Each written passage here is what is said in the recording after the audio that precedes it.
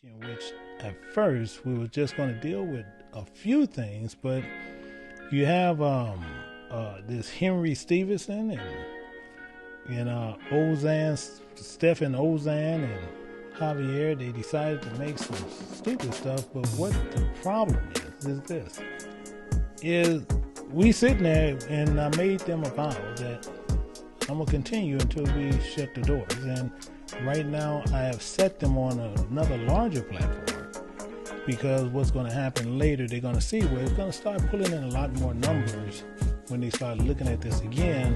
So they should get about 15, maybe go up to 20,000 or better in number, based on how we set this up. However, the problem with this is they continually, and what they have continued to do, they will attack the person and not the doctrine. But they like to sit there thinking they're attacking the doctrine, but they're attacking the person. But that shows you the stupidity and the ignorance that people like this have. So what we're going to do, we're going to go through a few things which they've made some statements about, and we're going to give them some understanding. And as we go through it, people are going to get a very good understanding on a lot of stuff. Because if you see right there on the screen, we have it where it says exactly what I'm going to be doing, to where we're going to be exposing the false teachings that they have continually said. And you're going to see it out their own mouth. They have continually said that the Apocrypha. They're going to tell you about the book of Tobit. They're going to tell you about the book of Maccabees. They said about the book of Judith. So as they sitting there, they're talking about how these books is false. But we're going to see some things that are going to be highly interesting. And then they also spoke about that Paul only came to Christians. That's what I was going to actually deal with. But we're going to deal with that also. And they went on and they talking about Canon. That's what Stephenson constantly talking Canon. What's Canon?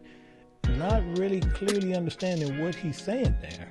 Because when you talk about Canon, these books is Canon because this is what men feel should be in the Bible and what shouldn't be in the Bible. But we're going to find out some interesting things there also. We're going to get more into it. We're going to find out what this and why they was removed. But then also what he did, which was, I'm talking about totally crazy, which I have to show it to you, because if not, you won't believe it yourself. But then I got to show you what is in Hebraist. What do Master Hebraist mean? The only reason I laugh, because I'm thinking about even what he said, and you can't believe it because he even made some statements about Paul. And he said Paul was a Hebraist. And I thought it's comical. It's literally comical. Because Paul was not a Hebraist, but we're going to find out what these things are. And then we're going to find out about the Strong's Concordance and the author of the Concordance also. So these things we're going to find out what's going on. We're going to see how this all works out. And what we're going to do, we're going to go ahead, we're just going to start up. That's the easiest way to do it. The easiest way to do it is just to start up and to let you see some of what's coming out of their mouth. And before I get into it and I start ripping apart this doctrine that they rised up, that they truly believe that they have the right doctrine. So let's start off and let's pull some of information that they speak about.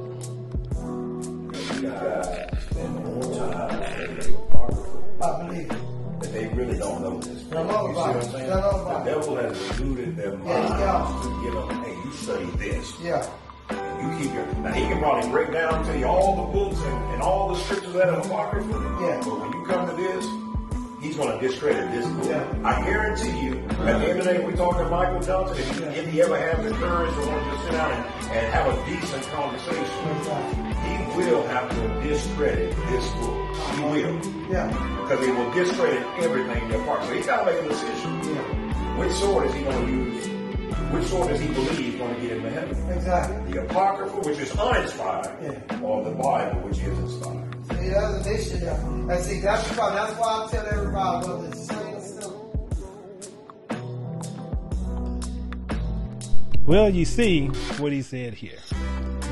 And as I said, we're going to be going through this, and we're going to be looking at different things and ask what went on and what's going to be happening. So he's sitting there saying, what sword are you going to use? So I want to make sure people clearly get a few things on some people who probably didn't see the teaching this past week. But I want to show you something, then we're going to go into another part to where we can get a better understanding. Because the Apocrypha, when you look at the Apocrypha as a whole, and you see this Apocrypha is part of the original King James Bible. It's part of the original King James Bible. But you have men who chose to take those out. We're going to find out later why. I'm just showing you here where you can see the original. This is a copy of the original King James Bible. And you see right there, that Apocrypha is right there. It's right there. But you have men who sat there and they took it out for a special reason. For special reasons, it was removed. And we're going to find those out. But the main part of it is where he spoke about things. He said things about other things. He spoke about me, but then he's sitting there and he brought up, the Apocrypha about, you'll see later, you'll see what he's talking about, Yahushua or Jesus. We'll use Jesus so we'll hear know who we're talking about. And he'll say Jesus never quoted or spoke anything from the Bible. So I just said, okay, well, better we can prove it. It's easier to prove it better than show it. But the reason why I say that is because I want to show you more so why you see even in their doctrine they get into a gap theory. If anybody who's been part of anything, if you ever went to a seminary or you go in many churches, they'll tell you from the Old Testament to the New Testament at a time that God did not speak for about 400 years. For about 400 years he didn't speak because he was upset for whatever reason. So what happened there, I want to show you in the Apocrypha. We're going to go to a second address. We're going to look at chapter 7. We're going to go down to verse 28. And we're going to see something that's special that is going to show you something special. It says, for my son Jesus shall be revealed with those that be with him, and they may remain, shall rejoice within 400 years. Now, you'll probably end up saying, well, he's talking about 200 years. And they are. But you see right here. So we know he's pulling his information either from the internet, which he'll sit there and try to say that's what we do, or he's pulling it from somewhere else. But watch what it says here. It says, and after these years shall my son Christ die, and all men that have life. You see what he's saying here? And this is basically telling you something that that Daniel actually spoke about. You'll see this in Daniel chapter 9 and 7. You'll see all that. It says, and the world shall be turned into silence 7 days, like comparing in former judgment and doctrine of the teaching, that no man shall remain. That's what it's talking about. Now, we're going to see another part here where he said Jesus never quoted from the Bible. Never quoted from the Apocrypha. Never quoted. So we need to look at that. And this is mainly Stephen. This is Henry Stephen. This is Stephenson. This is the one mainly saying that. So we're going to look at 2nd Esdras chapter 1, verse 27. And we're going to go down to verse 30 to get the understanding of what he's talking about. So we got this one here. And it says this from Esdras. It says, I gather you together, comparing a hen gathered her chickens under her wings, but now what shall I do unto you? I will cast you out of my face. This is being said by Esdras, who 400 years before Jesus came on the scene. Keep that in mind. But he said, Jesus don't quote from here. So let's go over here to Luke chapter 13. And he did this more than many times, but everybody know I'm partial to Esdras, so that's why I'm using Esdras. In Luke chapter 13, we're going to look at verse 34.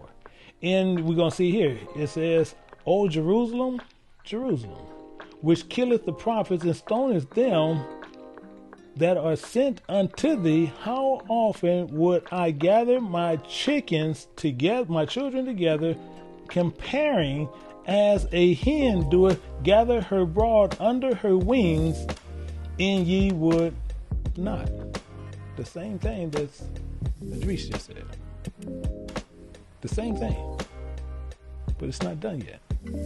It's not done yet. Let's look over here at Matthew. Chapter 23, verse 37.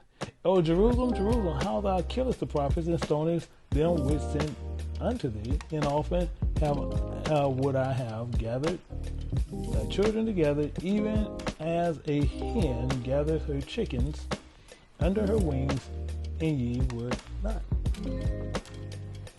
Interesting, isn't it? Really interesting.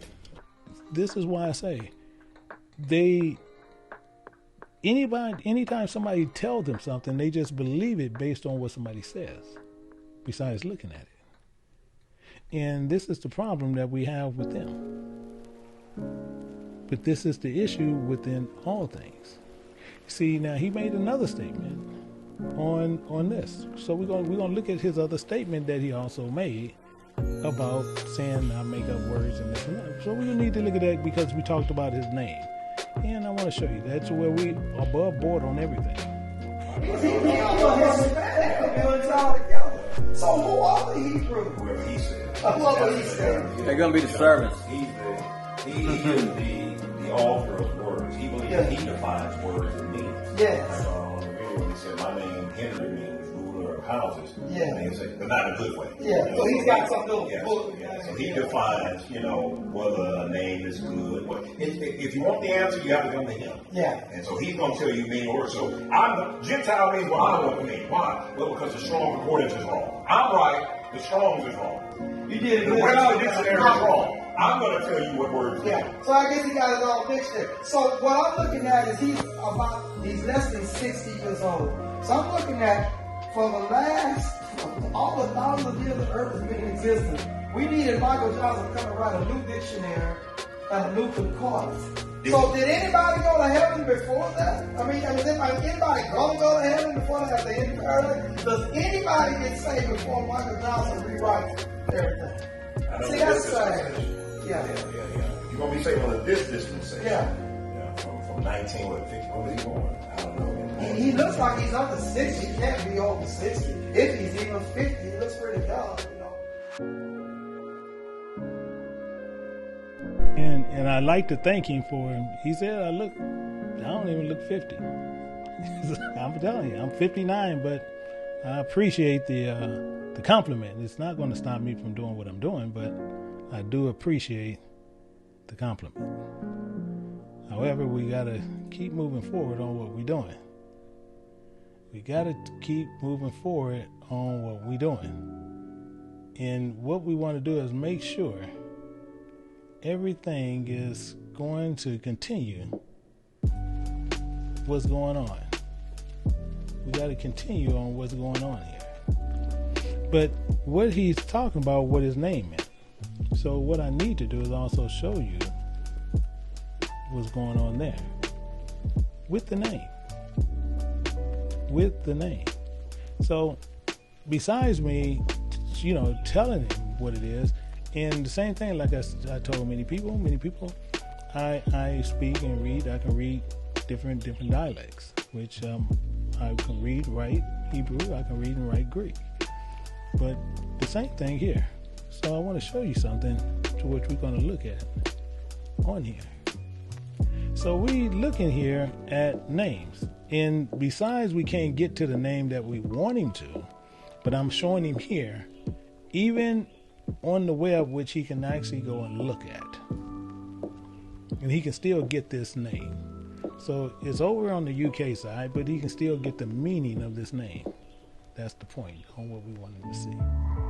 That's the focus on what we want him to see here. So it got Henry. It's a gender, boy, its origins from German.